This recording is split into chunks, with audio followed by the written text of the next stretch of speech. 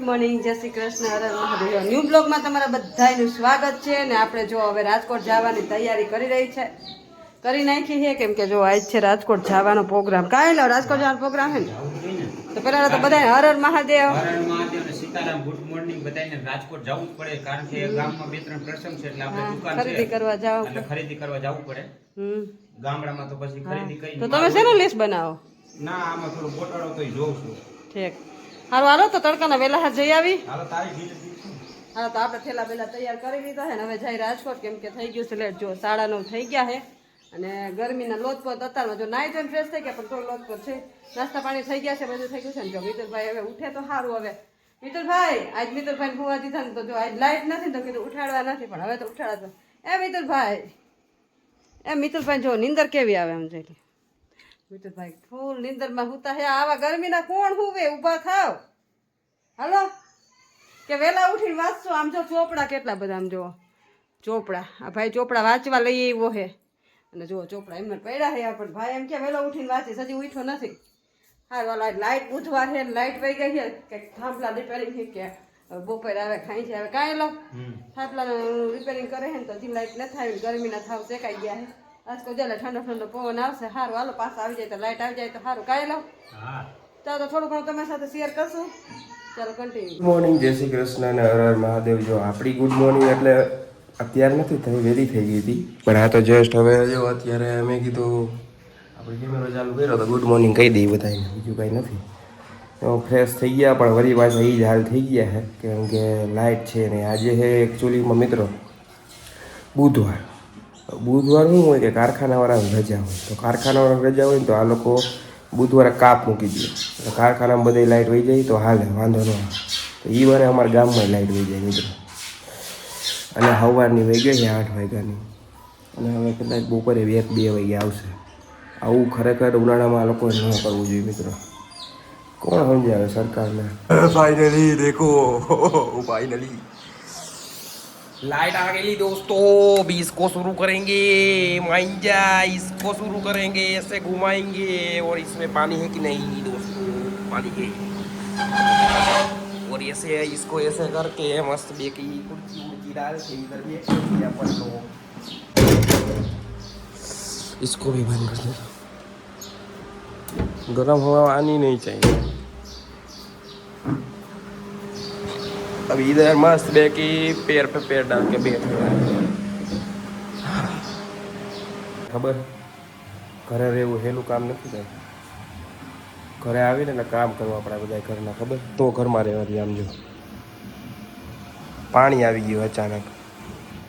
પાણી કોઈ ન હોય તો ભરવું પડે ને, બધું ટાઈમસર કરતું રહેવું પડે. તો એમ કહે કે હાલો ભાઈ ઘરમાં રાખો, બાકી ઘરમાંથી કાઢી મૂકે. ખબર તો પાણી ભરતો તો જો મોટર મરું થઈ ગઈ છે. ખબર નહીં શું થાય. મને હજી અમારા ઘરમાં હજી એક કપલ જોવા મળ્યું. એક કપલ બહાર ગયું છે રાજકોટ. આ જો બીજું કપલ, હા ઉડી ગઈ ચક્કી ના એનો ચક્કો, હા બે ઉડી ગયા.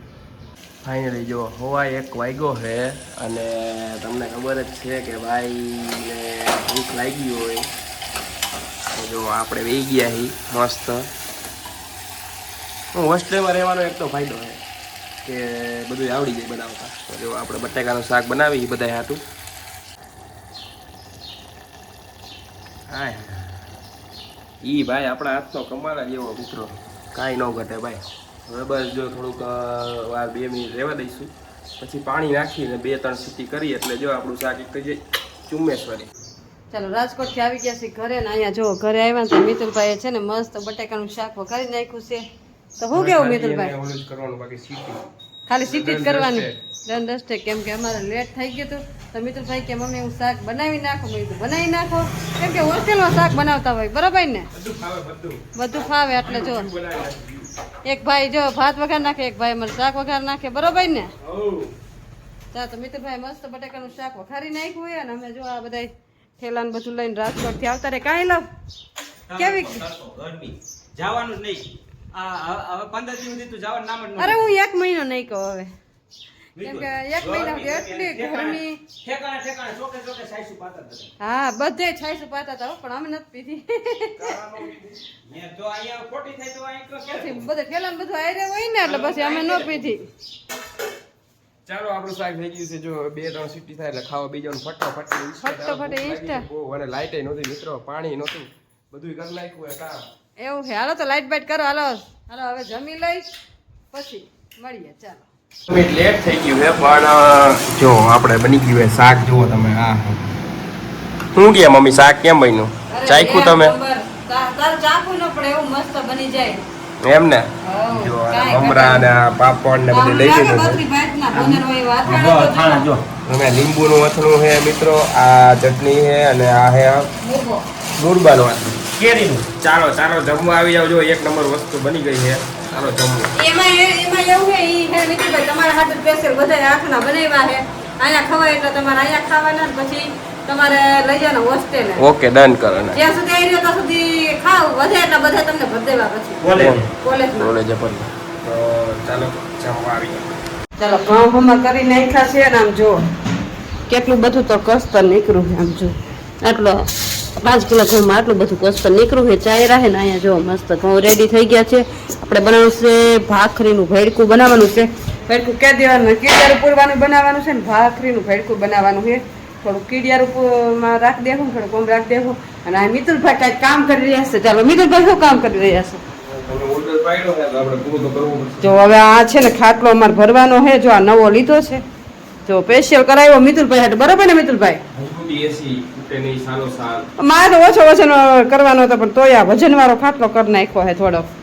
અને એમાં તો પાર્ટી આવશે તો બહુ વજન થઈ જાય.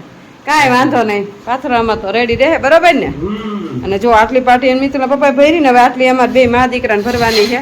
એટલે કીધું આ ક્યાં 2-3 દિવસે કઠોળે ચડી ગયું. કા 2-3 દિવસે આટલો ભરેલો હોય આ તો નીચે લઈ આવ્યા. કીધું નીચે ભરી નાખી. ગરમી જેટલી થાય કે ભરવાનું મન ન થાય. કા મિતુલભાઈ શું કેવું? ખાટલો ભરવાનો હોય. મિતુલભાઈ જોયો, મિતુલભાઈ ને કેમ આવડે છે? કા મિતુલભાઈ?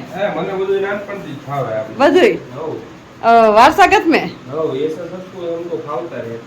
વારસાગતમાં હે બધું. બરોબર. જો મિતુલભાઈ આ રીતના કઈક પાર્ટી ભરે.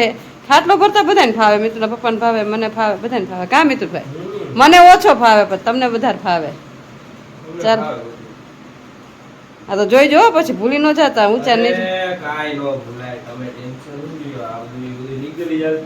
લીગલી જ નગર પછી આખો ખાટલો કાઢવો પડશે. પાછો ચડાવીને પાર્ટી આખી કાઢવી પડશે.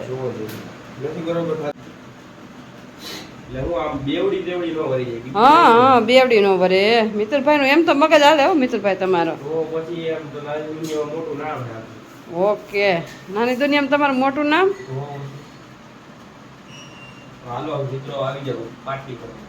આમ પરસેવો એબજેક્ટ થઈ ગયો. આમ જો આખી પાર્ટી ભરી નાખી. આટલી અહીંયા હવે કે ઘાટ આવી. અને આ મેડમ તો વયા ગયા હતા મેળી ઉપર ગરાક ન દેવા. મારે આ લગભગ કમર બેવડી વળી ગઈ આજે મિત્રો. આવું કરાય કોઈ એને શરમ ન થતી? તમને એમ ન થાય કે એકલા એકલા કોકને કામ જીતી તમે વયા જાવ કામ મૂકીને? હવે આનું શું કરવું? આપણે ખાટલો મૂકી દેવામાં આવશે કેમ કે આટલી ટ્વીટ આવી છે પાર્ટીની. હવે એટલા જાવું ને તો અહીંયા આપણે પાર્ટી લઈ આવશું. બોલો મિત્ર, મને કામ કરાવીને પછી કે હવે કે પછી થાય કામ? આમ થોડું હાલે યાર. હવે કાંઈ વાંધો નહીં. થોડા દિવસ પાછા રાજકોટ જાવું ને થોડી ખરીદી કરવા તો પાછી પાર્ટી લઈ આવશું. સારું હાલો કન્ટિન્યુ રાખો. હું તો થાકી ગયો, થોડો આરામ કરવો પડશે. આરામ કરો. બાય બાય મિત્રો. લીંબુ શરબત બનાવી દઉં? બનાવો બનાવો લીંબુ શરબત બનાવો. લીંબુ શરબત બનાવીને ખાતા ખાતા કે એ મારે બનાવવું પડશે? ના ના બનાવી દઉં. સારું ગયું છે શરબત. હો ભાઈ